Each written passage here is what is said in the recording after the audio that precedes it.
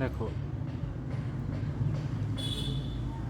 আমি কর্তা নই, মানে আমি কিছু করছি না। তাহলে কে করছে? যে করছে তার জন্যই সব কিছু হচ্ছে। তার জন্য আকাশ, বাতাস, জল, আগুন, মাটি, বাইরের সব কিছু এবং এই শরীরটা যেগুলো দিয়ে গঠিত, এই সব কিছু আপন নিয়মে চলছে। দুটোর মধ্যে ইন্টারাকশান। শরীরের ভিতরেও, শরীরেও জল, মাটি, আগুন, বায়ু, আকাশ এগুলো নিয়ে গঠিত। বাইরেও জল, মাটি, আগুন, বায়ু, আকাশ এসব রয়েছে।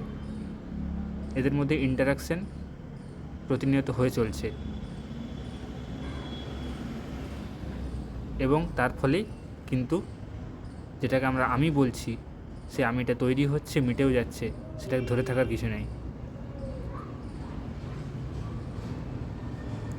তাহলে এই সব কিছুই, এই ইন্টারাকশান যার জন্য হচ্ছে,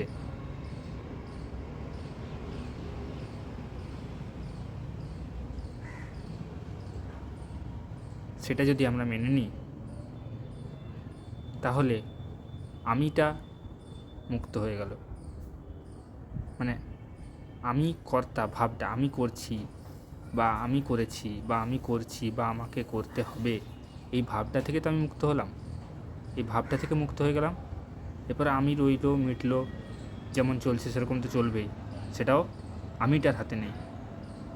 আমিটা এইভাবেই মুক্ত হলো।